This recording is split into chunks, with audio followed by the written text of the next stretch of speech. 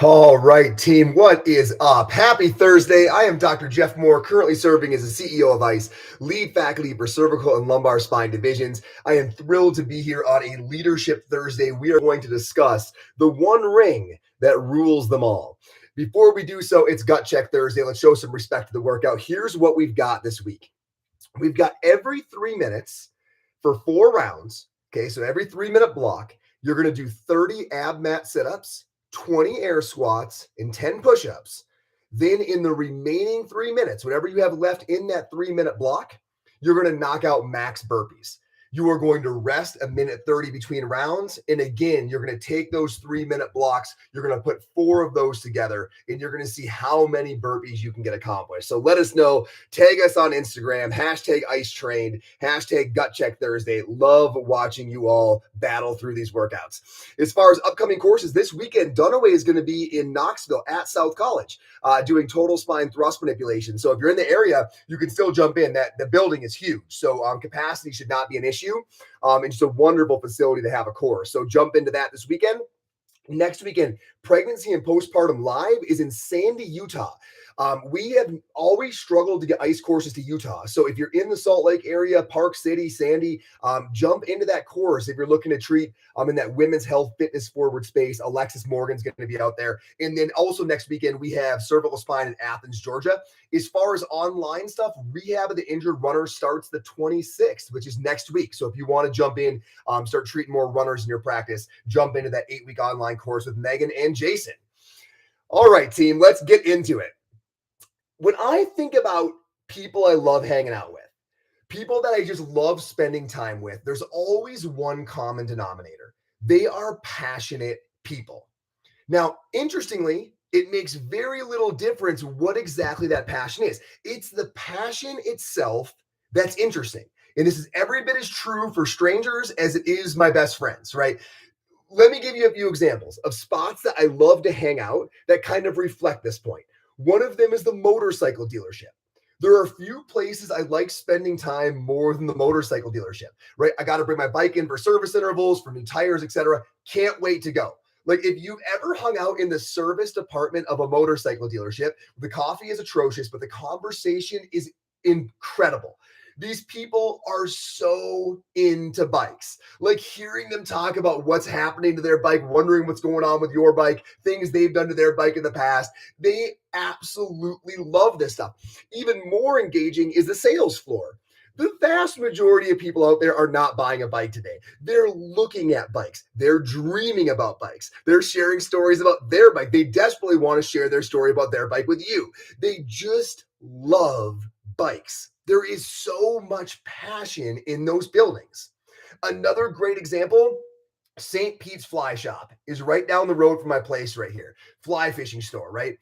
Cannot tell you you want to make someone's day, roll in there and ask one of the people walking around how the flows are on the Poudre River, right? What hatches might be going on, and watch them light up and launch into what they think might be the best bug or what part of the river might be the best to fish. Team, I went to an entomology class the other day, right? Anglers entomology, insect life cycles, and trout feeding behaviors. I'm not even that into fly fishing, but man, are these people into fly fishing. And to watch that guy talk about the river and things he's seen out there, I love the passion. I love going to CrossFit Open Gym. Don't get me wrong, love going to the classes too, but there's something special about Open Gym, right? Where people are in there usually doing accessory work or other programming they found they want to try out that isn't in the regular class programming, or they're trying to get their next skill, so they're experimenting with it. Like they're just in there playing around because they love the stuff. They're at class too, but they're carving out extra time just to be in there and be around it. It is such an incredibly intoxicating environment. People who are passionate just draw you in, and it's awesome, especially when you're a novice. And that's why probably motorcycles and fly fishing, CrossFit, areas that by no means am I a dominant character, it's that much more enjoyable, especially when you're a novice, because the people love to teach you. There's nothing they want to talk about more. So if you're trying to learn, they want to teach. And pretty soon you find yourself saying, like, man, they are really into this. And then you find yourself saying, Maybe I'm kind of into this. Like the more I'm around this, the more I'm kind of thinking, I dig this. It just draws you in. This is why the be about it thing, right? Like I was out in Boise and Cassidy, who's opening up Onward Boise, she said, what's the most important thing you're looking for in Onward owners? And I said, that one's easy. It's the same thing as for ICE faculty. It's always the same, right? It is that be about it lifestyle, not because of the actual actions of being about it, but because of the belief in living that way that brings you to do the actions, to do the workouts, etc. It's the passion in the belief that surrounds that. That's the most important thing. Because if the people that I put in those positions have that belief, have that passion, they're going to make everybody feel the same way I feel in the fly shop. They're going to make the students feel that way during class, engaged in the topic. They're going to make the patient feel that way about fitness because you can't help it when you're around really passionate people. They draw you in to what they're passionate about. We want that to be health, wellness, fitness. What's so cool going another level is that the person who is sharing the passion, who has the candle lit, they rarely get burned out. There's nothing they'd rather be talking about. So not only are they incredible at being infectious, right, about that topic, but it's kind of a never-ending wellspring of that passion they have because it's burning. So they want to be talking. I guarantee you that when I go into those fly shops, those people are not going to lose gusto over that topic. The people at the motorcycle shop are not going to get sick about talking about what they're talking about. They love this stuff. They could talk about it forever. So because of that, it tends to be a hedge against burnout. This is why when people ask me, should I go into physical therapy? The question I usually ask back to them is, well, are you going to find a way to talk about this stuff anyways? Like, can you sort of not help yourself? And if so, yeah, because you're going to create this feeling we're talking about from everybody learning from you, and you're probably not going to burn out. This is why I say the one ring to rule them all, because the presence of passion does all the things.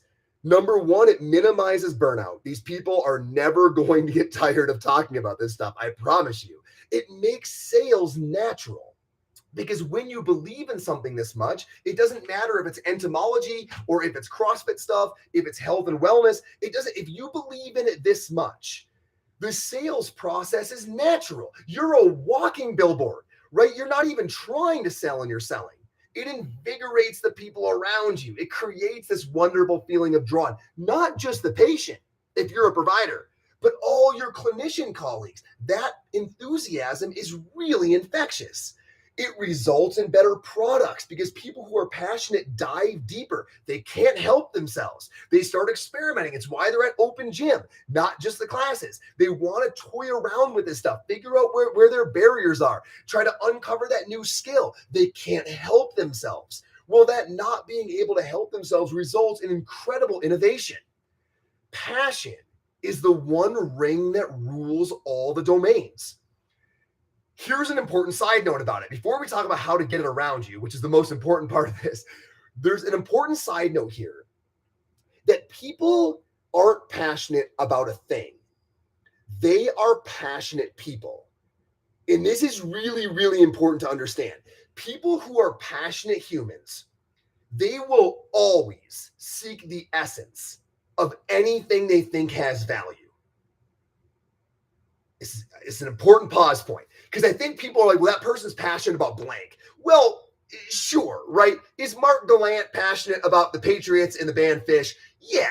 But is he also going to be just as passionate about the next thing because that's who he is? Yes, right? Now it's the autonomic nervous system response to breathing protocols and it's tendinopathy. It doesn't matter. Dr. Gallant is going to chase that thing all the way down the rabbit hole. People aren't passionate about things. They are passionate people. And this is really important because what that means, especially if they've started to kind of realize this, they are going to level up anything they're a part of. If you can just get them in that lane, they are going to seek the essence of it. And in doing so, they're going to create all the positive things we talked about earlier. And they are going to level up everything about that project and about that surroundings. And you don't have to root them on. This is a really important qualifier. You don't tend to have to motivate these people. They are often self-motivated to a fault. When people ask me, what's the hardest thing about leadership over in the ice space? I always say, getting people not to overwork themselves. That's the biggest challenge, right? When you hire truly passionate people, the one risk you run is that they're going to fry themselves because they can't stop talking about this stuff. They have a really hard time pulling away. Well, team, if you were in a leadership position and you had two options, number one, every day you were going to have to try to convince people to get fired up. You were going to have to try to restoke that fire and get that burning again so that they would bring that energy into what they're doing, or the energy was already there. The river was already flowing fast. You were just having to route it or control it. Team, I promise you, the second one's a lot more fun. They both have their own individual risks and concerns, believe me, but it's so cool to work with people who are constantly motivated, where your only challenge is making sure they take care of themselves and get the reins on that a little bit. There's nothing more fun than working with intrinsically motivated people. And those are the people who have passion. You don't have to root them on every day. You just have to help steer them a little bit. And gosh, is that a lot more of a fun task. So what's cool is these people who have become passionate about one thing, oftentimes, almost always will become passionate about the next thing. So you're really not searching for a certain topic of passion, although there's a certain convenience factor there. You're realizing in a leadership position that people who have found a way to become passionate, and by the way, whole different episode, which I could unpack at some point, but those who have found a way to become passionate, who have that ability, it's a matter of guiding that roaring river. And that's where leadership becomes really fun. So that's what you want around you. The $1,000,000 question is then, if people who are passionate bring all of these incredible things and create these environments and level everybody up around them, if that's the secret sauce, if that's the ring that rules all others, how do you find it? How do you know who has it when you don't know people well who you're interviewing to either come to your school or be a part of your company? If you don't know them well, how can you hack this? How can you figure out who has this? I'll give you 3 questions, but you got to ask both parts. I hear versions of these questions, but they're asked wrong. If you're seeking passion, real passion, trying to find out, and remember, don't worry about what the passion is. That's transient. Passionate people are passionate. The topic will change. They will seek the essence no matter what. Don't sweat what it is. When you're looking for people who have found a way to put pieces together that result in being passionate, you can steer that. But how do you identify them? All right, question number 1, okay? I don't care if it's interview, formal, informal, what have you. Question number 1, ask them this when you're thinking about bringing somebody on. Hey, what were you really into in college? Okay? Now, obviously, you're hoping in a professional setting that answer is going to be somewhat reasonable, right, and professional. What were you really into in college? Okay, but that right there doesn't do it. That's almost as generic as the question that I hate. Tell me your hobbies, right? Tell me your hobbies. Don't get me started. What were you into in college? Part 1B, tell me a crazy story about it. Okay, that's where the magic happens. That's where, if you were to ask me what was I into in college, I love to run, right? Kind of regret that now from a physical fitness, overall performance and spectrum and longevity space, but it was what it was. I love to run. But if you told me to tell you a crazy story about it, I would have a ton of them lined up. One of them is my family. We used to fly my family out from Michigan, and we'd come right here to Fort Collins, Colorado, and we'd run these crazy 24-hour races over to Glenwood Springs. So all night you'd rent vans. You had a team of 10. At any given point, somebody was running. So you're running this huge relay across Colorado. Now, my family's from Michigan. They're at 11,000 feet. Like, it was crazy. Nobody slept. You're trying to orchestrate all these bands, wide variety of runner skill sets, trying to figure out who can run what part of the summit. Crazy stories. But when you ask people, what were you into? Tell me a crazy story about it. It's the crazy story that's going to tell you how into this actually were they. How passion results in action. Tell me about the action. That's what I want to hear. Just saying, tell me about your hobbies. People are going to tell you a handful of things that kind of sound complimentary to the job that you're trying to hire them for, that makes it sound like they would be the ideal choice. Get out of here with that. Tell me the crazy story about this thing you were into. Talking back to Mark Gallant, I promise you, if we asked him a crazy story about following the band Fish, he would be able to give us a handful of how his life once got disrupted by catching a few concerts in a row. We would hear some incredible stories because he was legitimately into it. Number 2, What is your number one non professional goal? But remember, it's part B that really gets you. What was your last small win on the path? That's the part that, so what is one non professional goal? Okay. Tell me something you're chasing, but what was your last small win? That'll tell you how actively are they on this path. So that's when the person lights up and they say, their goal is muscle ups and they just got a chest to bar and here's how and here's why and here's what they change. You'll feel like, oh, this isn't an arbitrary goal. This person's an active pursuit. As identified by the fact they told me just last week, right? You ask someone about fly fishing who's trying to get better at it, they're going to tell you when they had their last success or when they thought their cast improved or in why objectively. They're going to tell you their last small win. That's when you know someone's actually chasing it. That's what passion does. It makes you actually chase it. You don't say arbitrary goals. You say, this is something I'm actually working on. And every moment I have, I'm getting to it and I'm finding a way to move forward. Okay, question number 3. Hit me with your top 3 things on your bucket list. But remember, it's always part B. When are you doing the first one? Right? When's the first one scheduled? So give me your top 3 things. Anybody can do that. What plans have you actually made to get one of those in your calendar? I don't care how far it is in the future. I don't care if it's, well, my kids have to graduate first, et cetera, et cetera. Great. The point is, when is it scheduled? Have you went that far? Have you really thought about it? Or again, are you a dreamer? Are you a passionate executor or are you just a dreamer? These are not the same thing. And on question B, you're always searching for the true passion. Team, what were you into in college? Tell me a crazy story. What is your number one non professional goal? When was your last small win? Tell me the top 3 things in your bucket list. When is the first one scheduled? What's the plan? Those kind of things, I promise you, will give you a window into people who have this incredibly important trait of true passion. Now, it's Leadership Thursday, so I framed all of those as though you're interviewing somebody. But those are the same questions I would encourage you to ask if you're interviewing someone who you think you might be taking a job from. Now, you might not say, what were you into in college? You might say, what were you into before you opened up this practice or before you started this company? What were you into? Tell me a crazy story about it. What is your number one non professional goal? Certainly an appropriate question. What was your last small win? Tell me about it. Bucket list? What's the schedule? Right? You can interview these people right back because again, you want to be maybe even more so as someone thinking about coming into a company, you want passionate leadership every bit as much as you want passionate employees. I would argue maybe more. So these questions can give you a little bit of insight into, do people have true passion?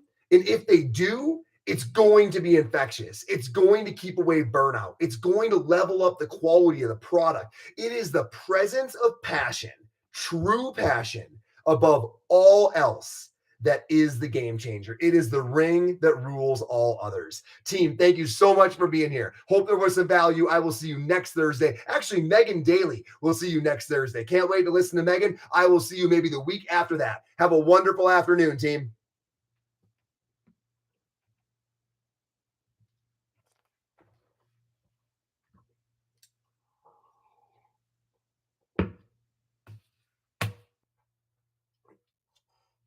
Happen to be.